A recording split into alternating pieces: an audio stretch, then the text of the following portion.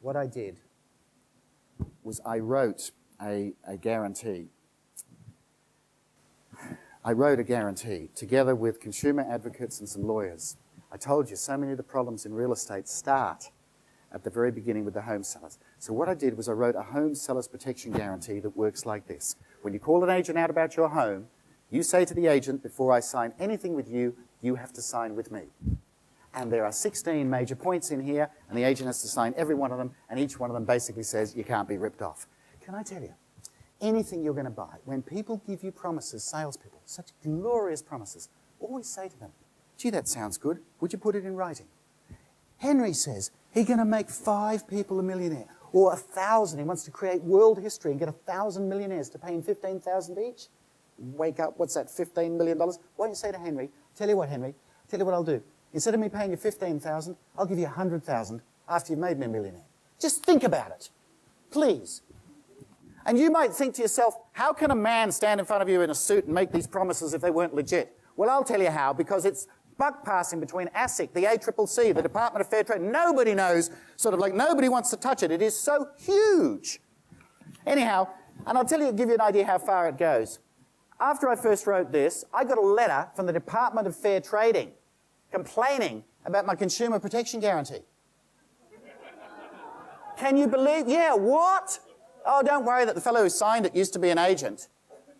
All right, it says it could cause confusion. Now, I haven't replied. That was over a year ago. I haven't replied because I have to speak to, and I've actually gone past this now. I'm going to bump it up to 100,000, but it was 50,000 consumers. And I want to ask you, are you confused by this? Let me tell you what's in it. First thing, by law, according to this, you've got 1 day in New South Wales, but you must get a cooling off period. Is that confusing? The agent cannot sign you up for more than 49 days on a selling contract. So, for instance, you won't have something like this elderly couple that was signed up for 180 days, which still goes on and can still, the worst I've seen is an agent signing up an elderly seller with the words, the expiry date of the agreement, when sold. So is it confusing that they can't sign you up for more than 49 days? Outstanding advertising. Advertising, they can't charge you any advertising. It's all going to be built into the fee so that you don't get any letters like this. Outstanding advertising account. VEFA, that's how they spelled it too. You know, we're reluctant to take this action. Anthony Romano, director. Okay. Estimated selling price. If they give you a price and it sells below the lowest point that they've quoted you, they can't charge you any commission. Does that confuse you? Does that confuse you? Of course not. No fees are payable until such time as the property is sold and you're happy. Is that confusing? Of course not. And they're not allowed to do any insider trading on your property. In other words, they cannot buy the property and sell it to a mate or anything like that. Never mind that they're allowed to do it if they disclose it. Brian is 71 years of age. Brian lived next door to a real estate agent. And if you think it's dangerous living next door to power lines, try living next door to a real estate agent. Brian wants to sell his house. The real estate agent buys it from him for $200,000 and sells it 3 weeks later for $307,000 and wonders why. What'd you put his face up there for? Why did I put Richard James's face there? The reason is because I want Richard to give him the money back. You know what Richard said? He didn't win the money back. You know what the elderly fellow said? Well, I feel a bit diddled, but I did shake hands and a deal's a deal. This agent said he wasn't wearing his agent's cap. Look at this. Let's take you out to Maroubra again. Or East Gardens, LJ Hook and Maroubra. Look at this. Auction on the 17th of July. Anthony Romano and Anthony Rizzo. Right, okay. Hello, there's the auction list. Look closely.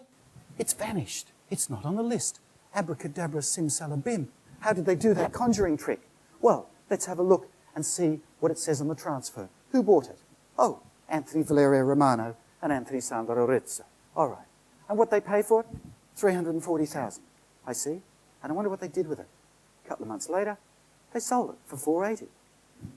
And what was the owner's name? Somebody called Olive or something like that? Yeah. Nobody does it better. Yeah. Thank you, Mr. Hooker. Thank you.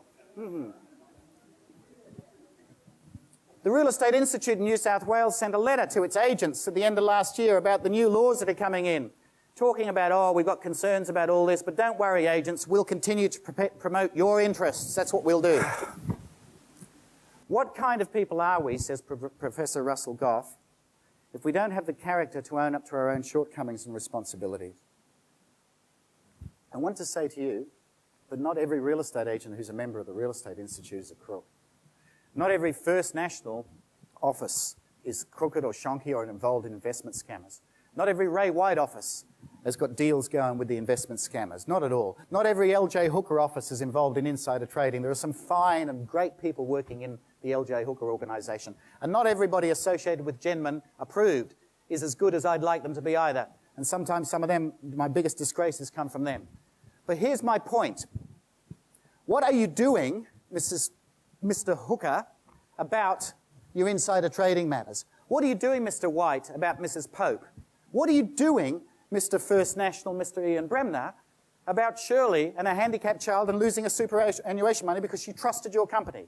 Well, I'll tell you this, and this is a fact. If you dealt with and approved with one of those, and that happened, I would give up my house to protect yours. And all I say is they should do the same things. But they don't. All they do is cover up, tell you it's not really happening, and anyway.